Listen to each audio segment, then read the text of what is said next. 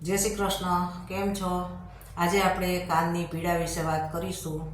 કાનની પીડા થવાના ઘણા કારણો હોય છે, જેમ કે હવાનું દબાણ, કાનમાં મેલ જામી જવો, શેમ્પૂ કે સાબુનું પાણી કાનમાં જવું, ગળું ખરાબ થવું, સાઇનસનું ઇન્ફેક્શન થવું, કાનનો એન્જીમા થવો અને દાંતમાં સંક્રમણ થવું.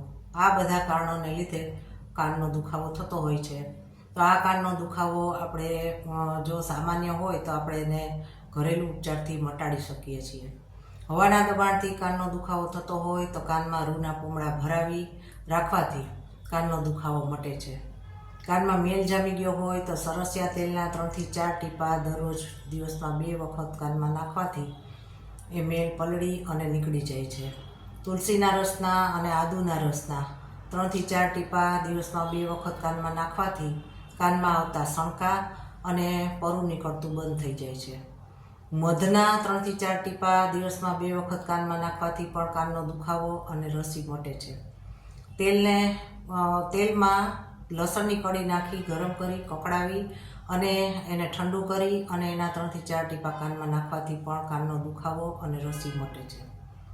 કાનમાં જો કોઈ જંતુ ભરાઈ ગયું હોય તો સરસિયા તેલના 3 થી 4 ટીપા કાનમાં નાખતા રહેવાથી પણ એ જંતુ મરી જાય છે અને કાનમાં થતું શૂળ મટે છે. કાનમાં સફેદ કાંદાનો રસ કાઢી અને એને 3 થી 4 ટીપા કાનમાં નાખવાથી કાનની બહેરાશ પણ મટે છે. કાનમાં બગાઈ કે કાન ખજૂરા જેવા કોઈ જીવજંતુ જો ભરાઈ ગયા હોય તો તેલ અને મધ એને ભેગા કરી એના 3 થી 4 ટીપા કાનમાં નાખવાથી એ જીવજંતુ મરી જાય છે અને કાનમાં થતું શૂળ મટે છે. કાનમાં મૂળાના પાનના રસને ગરમ કરી અને એના 3 થી 4 ટીપા કાનમાં નાખીએ તો એ દુખાવો મટે છે અને શૂળ મટે છે અને કાનની પીડા પણ મટે છે. તો આમ ઘરમાંથી જ આપણને આ બધી વસ્તુઓ મળી રહે છે અને કાનનો દુખાવો મટે છે. વધારે પડતું ગંભીર લાગે તો ડૉક્ટરની સલાહ અચૂક લેવી જોઈએ.